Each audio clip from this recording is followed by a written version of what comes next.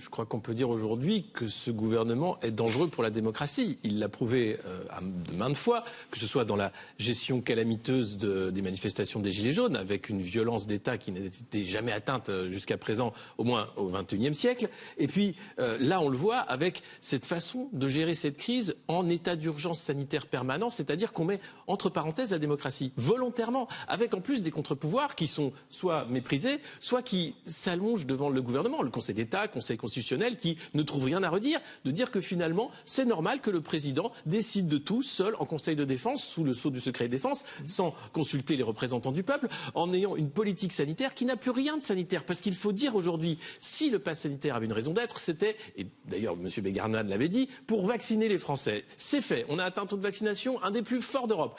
Pour ce qui est du taux d'incidence, il est le plus bas qu'on ait jamais connu ces derniers mois. Et là, on nous dit, non mais on ne sait jamais, on pourrait avoir une flambée épidémique. Et je me rappelle des médecins de plateau qui nous disaient en août qu'à la rentrée, avec l'ouverture des écoles, on aurait sans doute une flambée. Il n'y en a pas eu.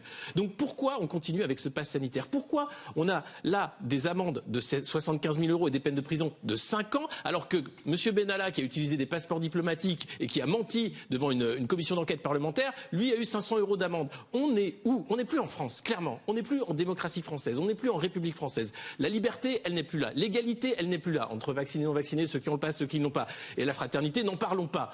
Puisque là, on demande aux Français de se contrôler les uns les autres et ça devrait devenir quelque chose de normal. Non, on doit refuser cet état de fait, on doit refuser de vivre en état d'urgence permanent. Et je trouve aujourd'hui que les oppositions sont inexistantes, très molles, pour ne pas dire volatiles, et ce président qui se permet tout, alors que, je suis désolé, c'est pas ça la France, c'est pas ça la démocratie. Et cette gestion sanitaire, il faut le dire et le redire, elle n'a plus rien de sanitaire, preuve en est quand on voit les chiffres. Ou alors dites-le nous, les vaccins ne marchent pas. Le pass sanitaire ne marche pas. Qu'est-ce que vous voulez qu'on fasse de plus? Il vaut mieux être encore prudent pour quelques jours, pour maintenir le pass sanitaire jusqu'à la fin de l'année.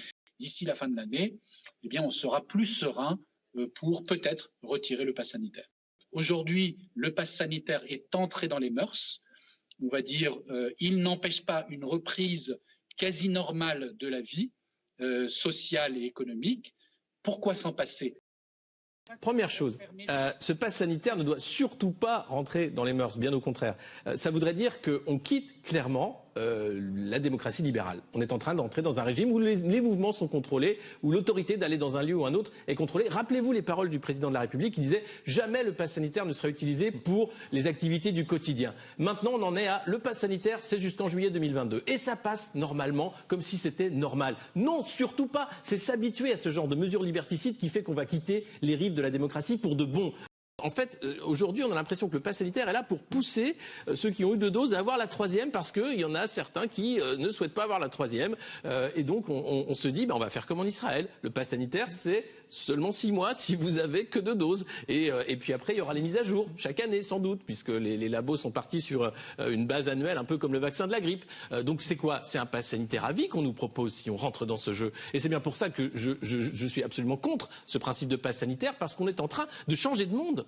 Et de l'accepter. Et on ne peut pas l'accepter quand on a grandi dans une démocratie libérale où on peut se mouvoir. Alors il y a les passeports, il y a les frontières, certes, et encore Schengen a fait en sorte que ce soit un peu flou. Mais là, on se retrouve à avoir des passeports chez nous, tout simplement, pour aller dans un lieu qui est un lieu de vie. C'est inacceptable. C'est inacceptable. Ce virus, il est là pour durer. On est en train de faire une politique sanitaire qui n'en est pas une, qui est une politique de contrôle des populations.